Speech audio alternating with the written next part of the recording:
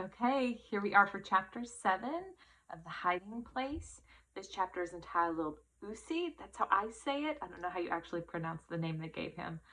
I'm going to try and talk louder because the last few videos were way too quiet. So I'm going to try and fix that and speak louder. We'll see how it goes. Okay, so our scriptural theme is Exodus 20, verse 16. It is, "You shall not bear false witness against your neighbor." And you'll see how that fits in as we jump into it and get started. So the first question is, what was a raza? You can find this answer on page 105. This is where just the regular Hollanders, the young men, I think between the ages of 15 and 30, something like that, they would get like rounded up and recruited for factory work because they get sent to Germany because all of the German men who maybe used to work in factories have now gone to the front lines, have gone to fight in the war. And so there's no one left to man the factories. And when you're in war, you need lots of factories. And so they would just swoop in, and it's almost like an arrest.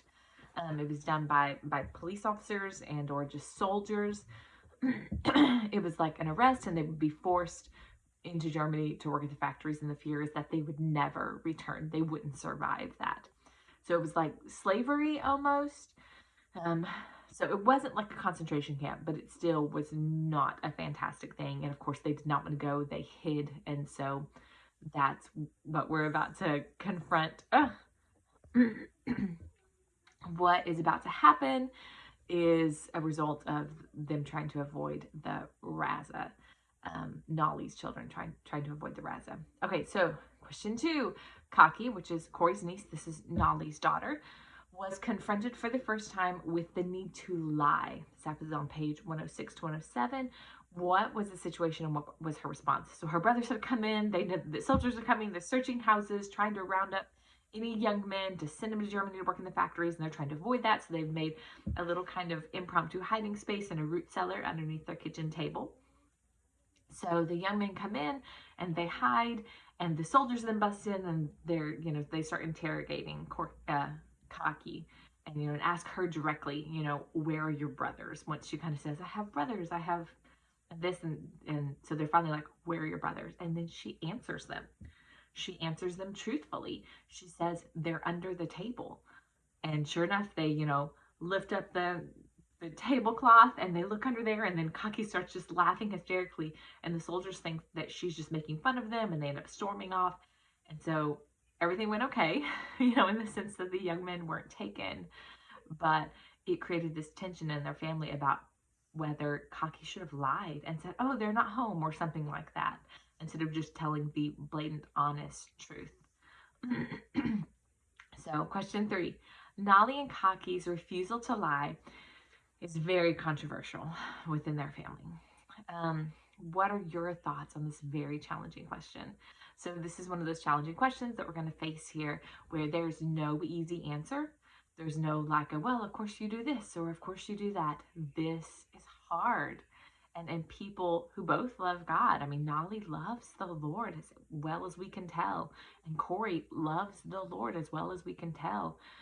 Both of their lives thus far have testified to that, and they're both taking opposite positions on this. Nolly's saying never, ever, ever, ever lie, and Corey's saying lie, to evil people when you need to, lie for righteousness' sake. And so we have to ask that question of ourselves. Do we ever think it's okay to lie? Does it really, just kind of depend on the right circumstances, and then it would be okay? These are the questions that we wrestle with.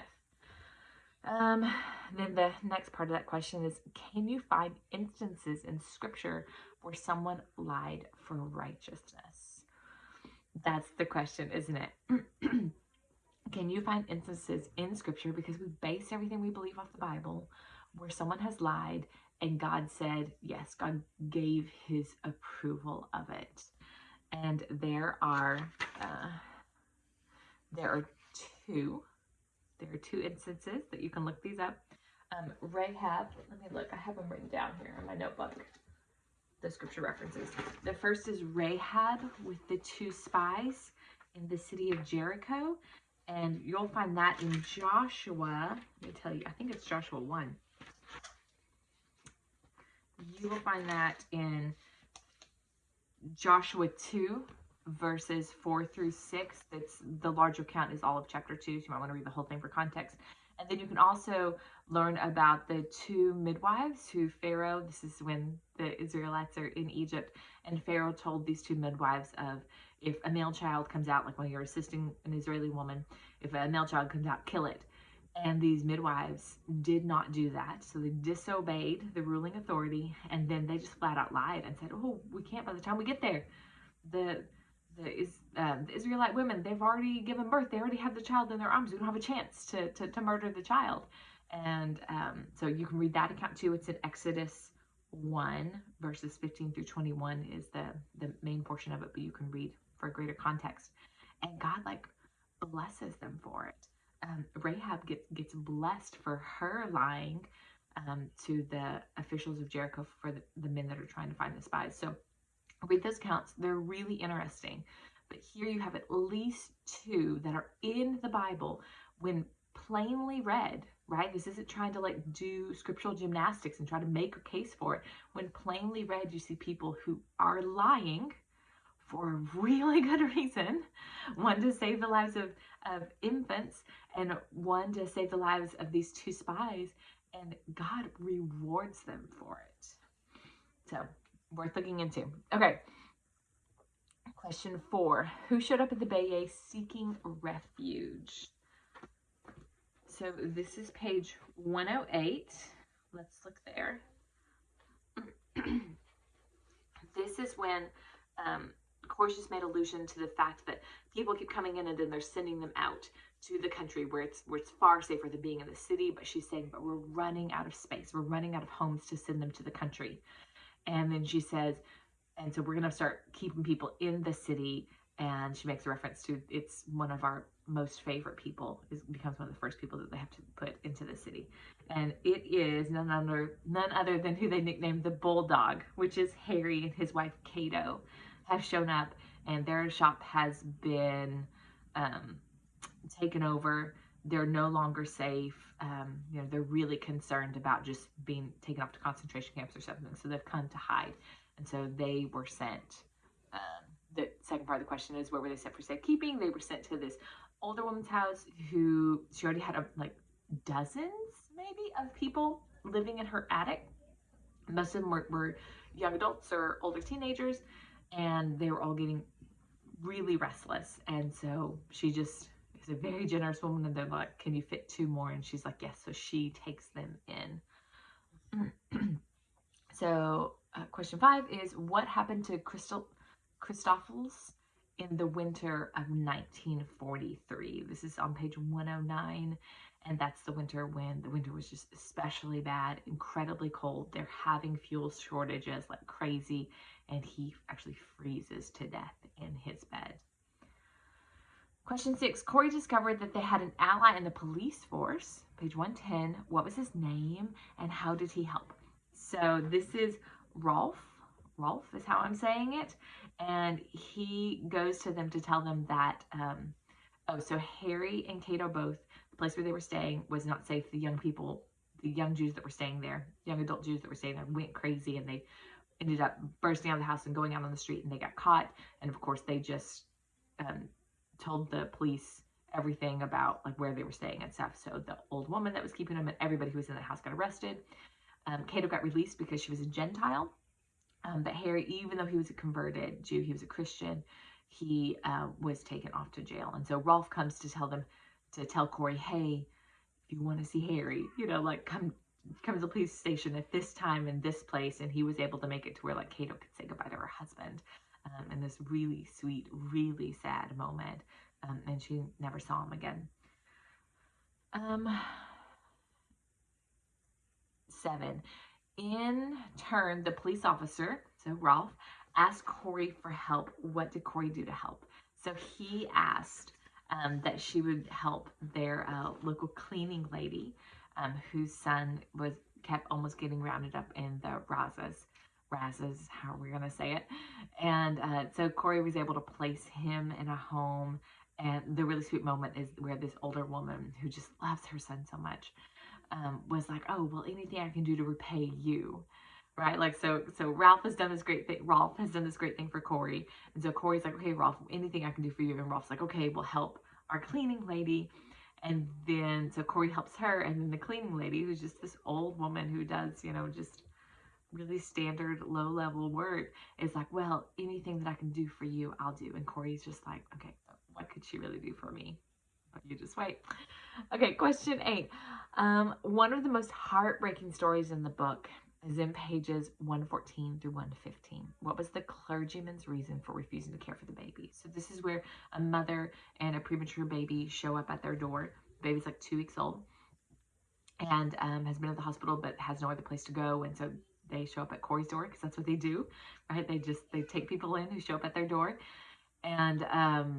And they don't know what to do, because when you have a 2-week-old infant, they don't know not to cry, and there's just too much fear that somebody out on the street's going to hear it, and there's going to be too many questions. And so they really need to send them someplace further away, someplace safer for a crying infant.